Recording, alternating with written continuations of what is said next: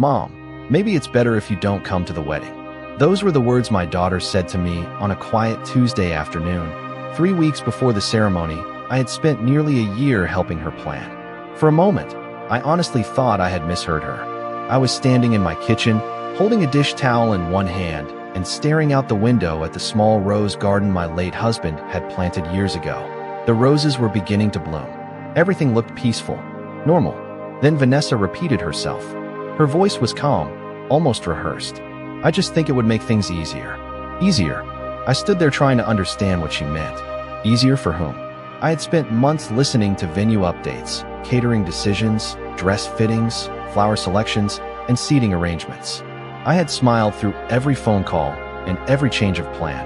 I had written checks without hesitation because I wanted my only daughter to have the wedding she dreamed about. Yet somehow, I was now the problem. "I'm sorry," I said quietly. "Are you saying I'm not invited?" A long silence followed. Not the kind of silence filled with confusion, the kind filled with discomfort. The kind that tells you the decision was already made long ago. "Mom, please don't make this harder than it has to be." My chest tightened. I lowered myself into a chair beside the kitchen table. The same table where Vanessa used to do her homework when she was little. The same table where we decorated Christmas cookies and wrapped birthday presents. The same table where she once looked at me with tears in her eyes and promised that no matter what happened in life, we would always have each other. "I don't understand," I whispered. "What happened?" She sighed. "Nothing happened." But that answer felt wrong. People don't uninvite their mothers from their weddings because nothing happened. There is always a reason. Sometimes the reason is ugly. Sometimes it is hidden beneath layers of excuses. "Is this about Tyler?" I asked. "Did I say something?" "No, then what is it?" Another pause. "I just want a different atmosphere that day." Atmosphere. The word sounded absurd, as if I were a piece of furniture that no longer matched the decor. I looked around my quiet kitchen and suddenly felt older than I had the day before. Not because of my age, because of the realization that the little girl I had raised was speaking to me like a stranger. After a few more awkward sentences, the call ended. She said she had another appointment. I told her I understood. It was a lie. I understood nothing. I sat there for nearly an hour staring at my phone. The house felt unusually silent. Even the ticking clock on the wall sounded distant. Eventually, I stood and walked upstairs to my bedroom. In the back of my closet sat a small fireproof box. I opened it slowly. Inside were important documents, family photographs, and a sealed envelope. I lifted the envelope into my hands. The paper felt heavier than it should have. Inside was a cashier's check for $50,000. The final payment for the wedding venue. Vanessa didn't know I still had it. She assumed everything was already arranged. I stared at the envelope for a long time. Then I placed it carefully on the bed beside me. For months, I had believed this wedding was a celebration of family, a celebration of love. But as I sat there holding that check, I found myself asking a question I never thought I would ask. If my presence wasn't important enough for her wedding day, why had my support been important enough for every day leading up to it? That night, I barely slept. Every time I closed my eyes, another memory surfaced. Vanessa at 8 years old riding her bicycle down our quiet suburban street.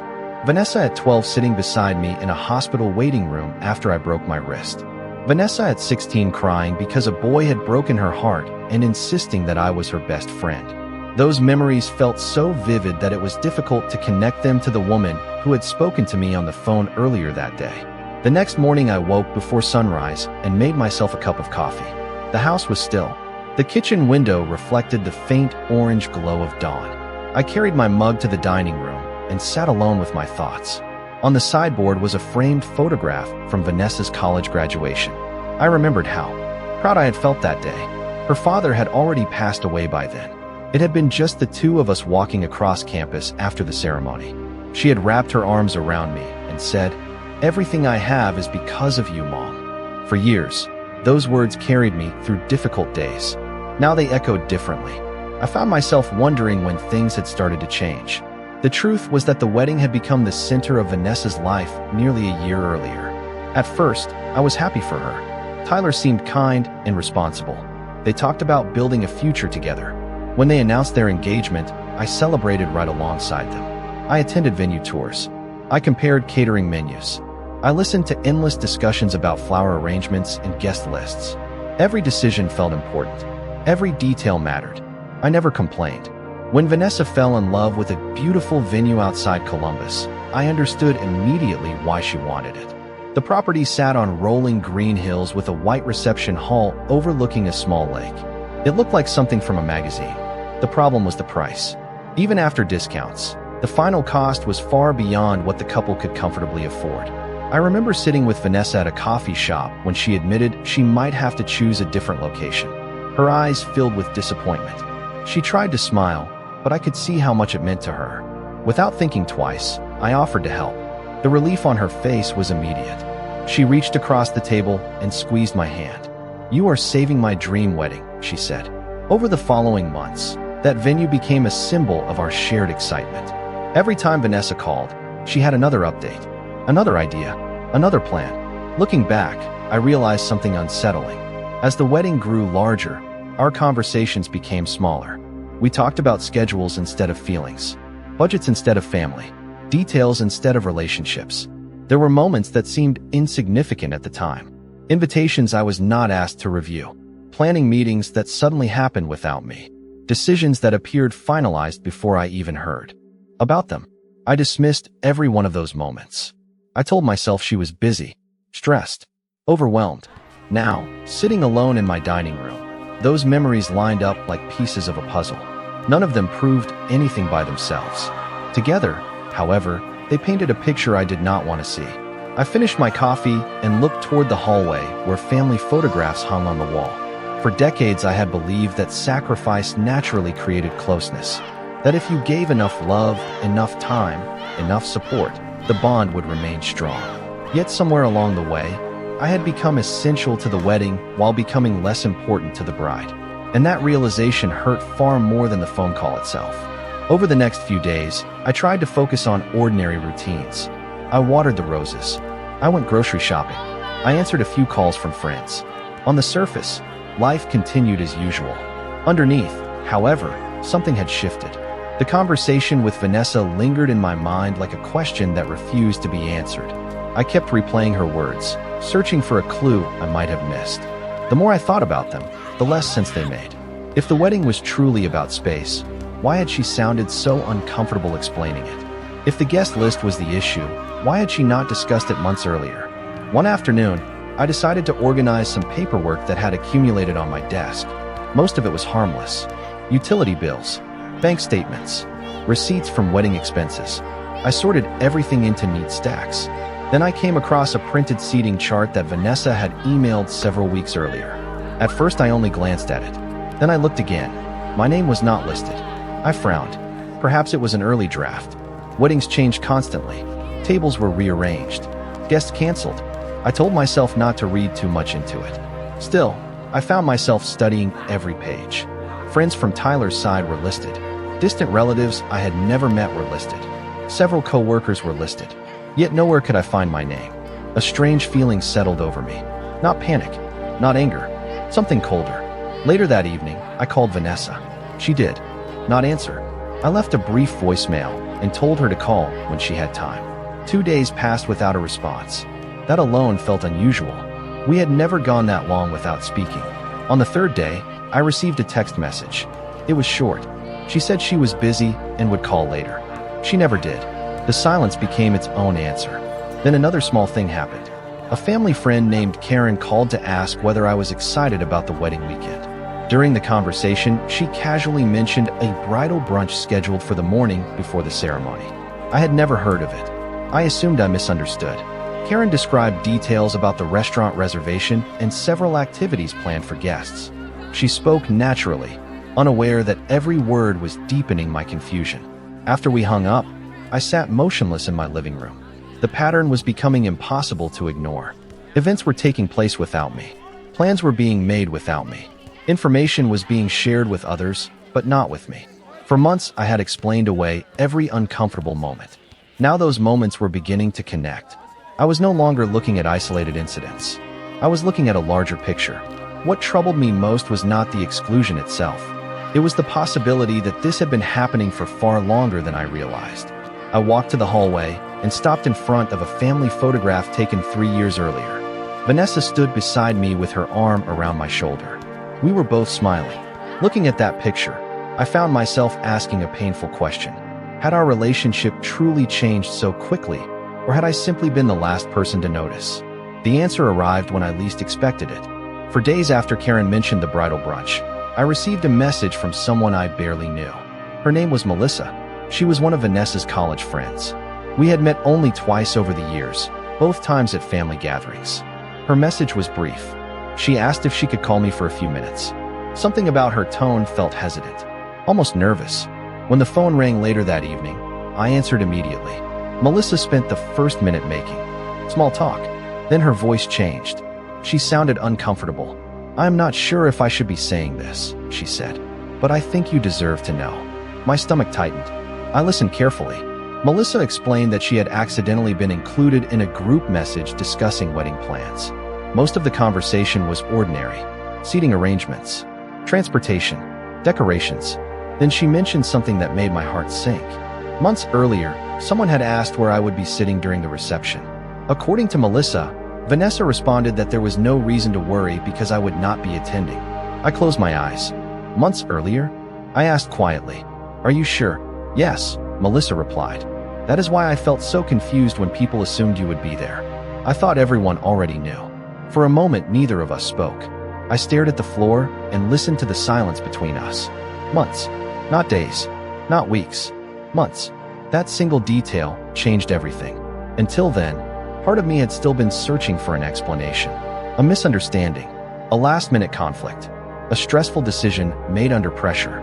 But this was different. If Melissa was telling the truth, the decision had already been made long before the phone call. Long before the excuses. Long before the uncomfortable pauses and vague explanations. The phone call had not been a difficult choice. It had simply been an announcement. After we ended the conversation, I remained seated in the dark living room. The television stayed off. The lamps remained unlit. Outside, the neighborhood was quiet. A few porch lights glowed across the street. Somewhere in the distance, a dog barked once and then stopped.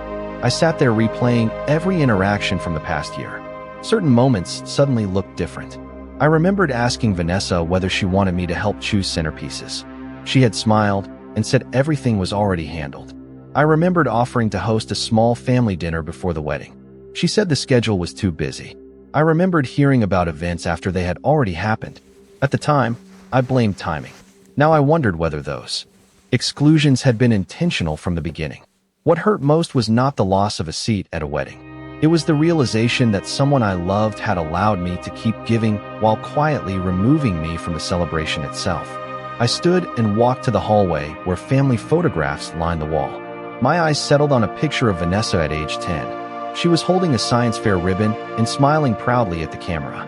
I remembered driving her to school before sunrise that day because she was nervous about her presentation.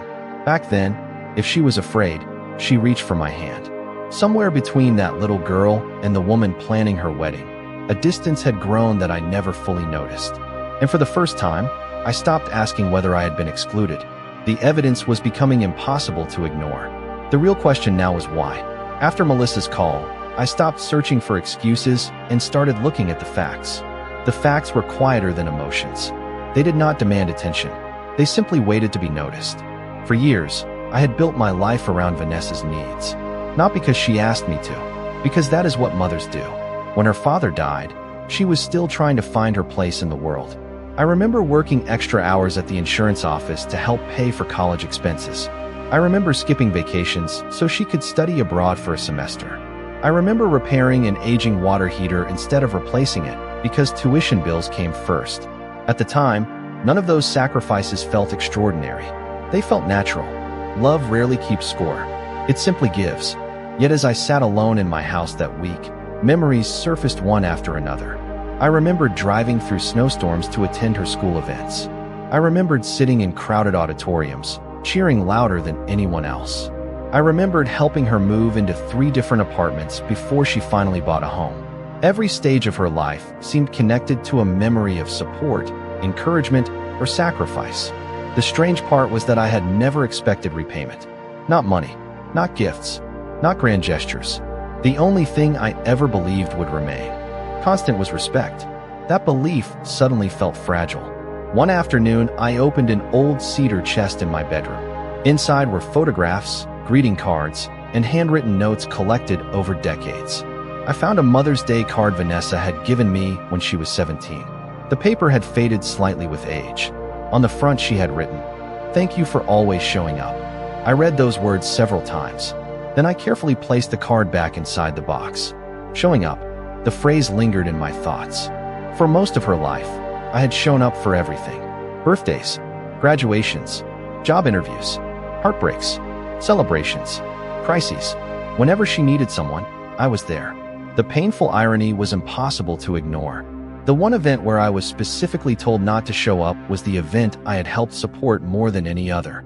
Later that evening, I received another text from Vanessa. It contained only a brief update about a vendor schedule. Nothing about our conversation. Nothing about Melissa's revelation. Nothing about the growing distance between us. Reading it felt surreal.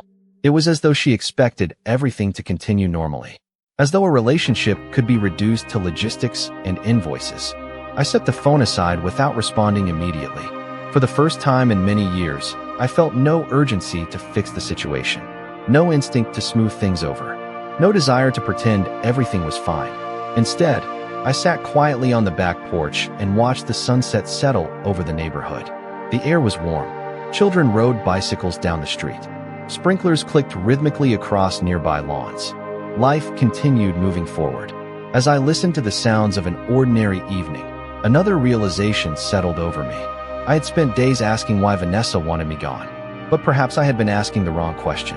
The more important question was whether I was willing to keep rewarding behavior that treated me as useful behind the scenes and unwanted in public.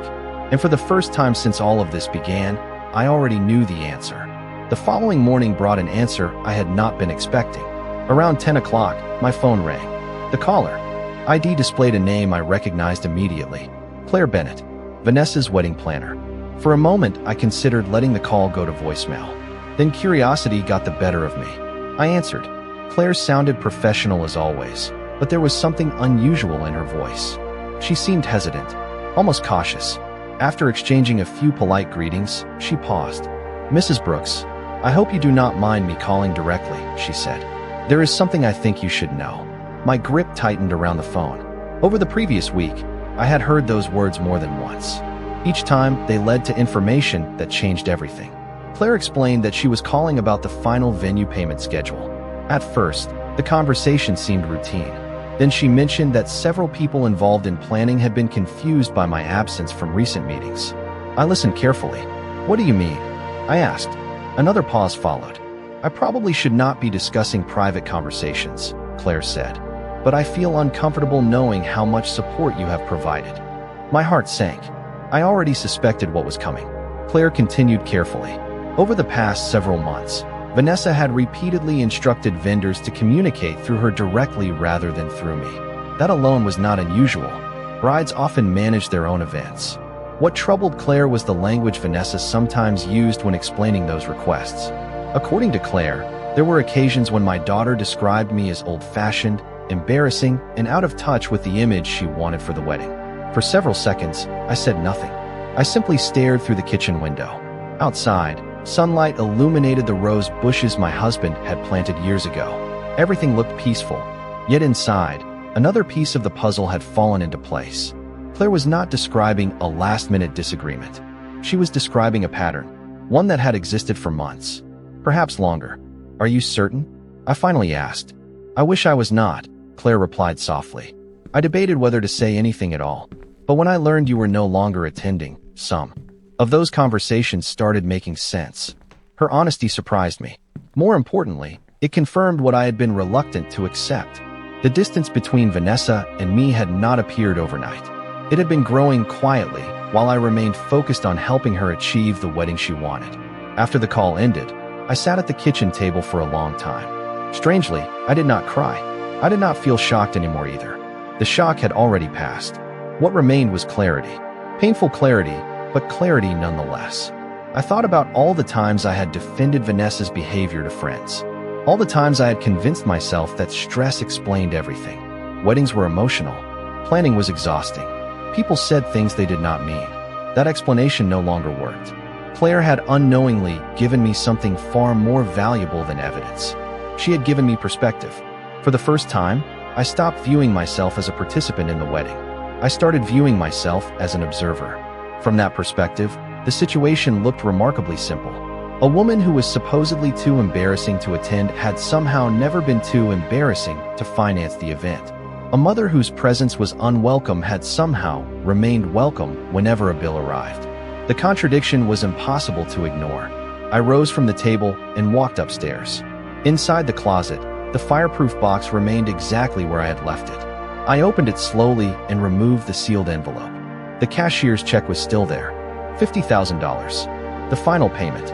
I held it in my hands and felt something unexpected settle over me. Not anger, not revenge, resolution. For the first time since that phone call, I knew exactly what I was going to do. The deadline arrived the following Thursday. I knew the date because it had been circled on my calendar for months. Final venue payment due. For nearly a year, that date represented another step toward my daughter's future. Now it represented a choice. I woke early that morning and followed my usual routine. I made coffee. I fed the birds that visited the backyard feeder. I read part of the newspaper. From the outside, it looked like any ordinary day. Inside, however, I felt unusually calm. The anxiety that had followed me for weeks was gone. In its place was certainty. Around 9 o'clock, my phone buzzed with a message from Vanessa. It contained a brief update about floral deliveries and transportation schedules. She wrote as though everything was proceeding exactly as planned. There was no mention of our relationship, no mention of the wedding invitation, no mention of the uncomfortable truths that had surfaced over the past several weeks. Most importantly, there was no mention of the venue payment. I stared at the message for a moment before setting the phone aside. What struck me was not what she wrote. It was what she assumed. She assumed I would continue doing what I had always done. Show up, fix problems, provide support, make sacrifices. She assumed my role would remain unchanged even after she had decided I no longer belonged at the celebration itself. Shortly before noon, Claire Bennett called. Her tone was professional. She informed me that the venue office had reached out regarding the final payment. According to their records, the balance remained outstanding. I thanked her for the information. She did not pressure me. She did not offer advice. Yet I sensed that she already understood what was happening. After we ended the call, I retrieved the envelope from the fireproof box once more. The cashier's check remained exactly where I had placed it. I sat at the dining room table and looked at it for several minutes. $50,000. For many people, it was a life-changing amount of money. For me, it represented years of careful saving, responsible decisions, and delayed gratification. More than that, it represented trust. Trust that my contribution was appreciated. Trust that my presence mattered. Trust that family meant more than appearances. One by one, those assumptions had been proven false. I slid the envelope back into the box and locked it. Then I returned the box to the closet shelf. The decision was made. Hours passed. The phone remained silent. By late afternoon, sunlight stretched across the hardwood floors in long golden lines. I sat quietly in my living room reading a novel when my phone finally rang again. Vanessa. I watched her name appear on the screen. Once, then twice, then a third time after the first call went unanswered. A voicemail notification followed. Moments later, another text arrived. This one felt different. The confidence was gone. The message was short. She asked whether I had submitted the venue payment. I looked at the words without emotion. Weeks earlier, that question would have filled me with guilt, perhaps even panic. Not anymore. For the first time since this situation began, I understood something clearly. Love and obligation are not the same thing. Supporting someone does not require accepting disrespect. Helping someone does not require surrendering self-respect. I placed the phone face down on the table and walked to the kitchen window. Outside, the evening sun illuminated the rose bushes in full bloom. They looked stronger than they had only a few weeks earlier. Standing there, I realized I felt stronger too. The morning of the wedding arrived with a steady stream of phone calls. I knew something was wrong before I even looked at my phone. Overnight, there had been multiple missed calls from Vanessa, several text messages, and one voicemail that lasted nearly 3 minutes. I did not listen to it immediately. Instead, I poured myself a cup of coffee and sat on the back porch. The sky was clear. The air was warm. It should have been a beautiful day. Around 8 o'clock, my phone rang again. This time it was Tyler. Until then, he had rarely contacted me directly. We had always been friendly, but most wedding communication went through Vanessa. His voice sounded strained. "Eleanor, I need to ask you something," he said. "Did the venue receive the final payment?" There it was. The question everyone had finally been forced to ask. I answered honestly. No. Silence followed. Not an angry silence. A stunned one. After a moment, Tyler spoke again. "The venue says they never received the funds.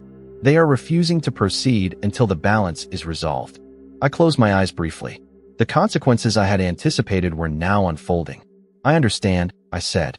Tyler hesitated. "Vanessa told everyone the payment had already been handled." His words revealed more than he probably realized. Vanessa had not only assumed I would pay, she had assured others that I already had. The situation quickly spread through both families. Relatives began calling one another. Questions turned into confusion. Confusion turned into frustration. According to Tyler, several people were scrambling to find solutions. Alternative venues were being discussed. Emergency financing was being explored. Nothing could be arranged quickly enough. The original plan had depended on a payment that never arrived. By late morning, Vanessa called again. This time I answered. Her voice was tense. "Mom, what is happening?" she demanded. I remained calm. "I believe you already know what is happening. The venue says the payment was never made." "That is correct." A long pause followed. I could almost hear her struggling to process the reality of the situation. For weeks, she had expected events to unfold exactly as planned. Suddenly, they were not. "Why would you do this?" she asked. I looked out the window toward the rose garden. The answer felt surprisingly simple. "Vanessa, I did not do anything. I simply chose not to do something." More silence. Then came the explanation. The excuses. The attempts to reframe everything as a misunderstanding. I listened without interrupting. When she finally stopped speaking, I asked a single question. If I was not important enough to attend, why was my money important enough to expect? The line went completely silent. Not for a few seconds. Much longer. Long enough that I wondered whether the call had disconnected. Eventually, I heard her take a slow breath. For the first time in weeks, there was no defensiveness in her voice. No rehearsed explanation. No convenient excuse. Because there was no answer. Some questions are difficult because they are complicated. Others are difficult because they are painfully simple. This was the second kind. We ended the call shortly afterward. Neither of us raised our voices. Neither of us argued. Yet when the conversation ended, something fundamental had changed. For the first time since this ordeal began, the truth was no longer hidden behind wedding plans, guest lists, or vendor contracts. It stood in plain sight for everyone to see. Several months passed before I saw Vanessa again. Life settled into a quieter rhythm after the wedding chaos. The phone calls stopped. The endless messages disappeared. For a while, the silence felt strange. Then it became peaceful. I spent more time with friends. I joined a gardening club. I took weekend trips I had postponed for years. Little by little, I began rebuilding parts of my life that had been pushed aside while I focused on everyone else's needs. The wedding eventually took place in a much smaller format. I heard about it through relatives. Nobody gave me many details, and I did not ask. By then, the event itself no longer mattered. What mattered was understanding what had happened and deciding how I wanted to move forward. One cool autumn afternoon, I was trimming rose bushes in the front yard when a familiar car pulled into the driveway. I recognized it immediately. My hands froze around the pruning shears. For a moment, neither of us moved. Then the driver's door opened. Vanessa stepped out slowly. She looked different. Not older, not weaker, just quieter. The confidence that had surrounded her during the wedding planning process seemed absent. She walked toward me with hesitant steps. For several seconds, neither of us spoke. Finally, she broke the silence. "Mom." It was the first time I had heard her voice in months. I nodded politely. "Hello, Vanessa." She glanced toward the house and then back at me. "Can we talk?" I considered the question carefully before answering. "Yes." We sat together on the back porch where countless conversations had taken place over the years. The afternoon sun cast long shadows across the yard. For a while, Vanessa stared at her hands. Then she began speaking. There was no dramatic speech, no elaborate explanation, no attempt to blame someone else. She simply admitted the truth. During the months leading up to the wedding, she had become consumed by appearances. She worried about impressing people. She worried about fitting into a certain image. She worried about what others might think. Somewhere along the way, she stopped seeing me as her mother and started seeing me as an obstacle to the picture she wanted to create. Listening to her was painful, yet it was also the first honest conversation we had shared in a long time. When she finished, tears filled her eyes. "I hurt you," she said quietly, and I kept telling myself I had reasons. Looking back, none of them matter. I looked across the yard toward the roses. Their leaves had begun changing color with the season. Growth and change, endings and beginnings. Nature seemed to understand those cycles better than people sometimes did. "You did hurt me," I said, "more than you realize." She nodded. "I know." For a long moment, we sat in silence. Then she asked the question I suspected she had come to ask. "Can you forgive me?"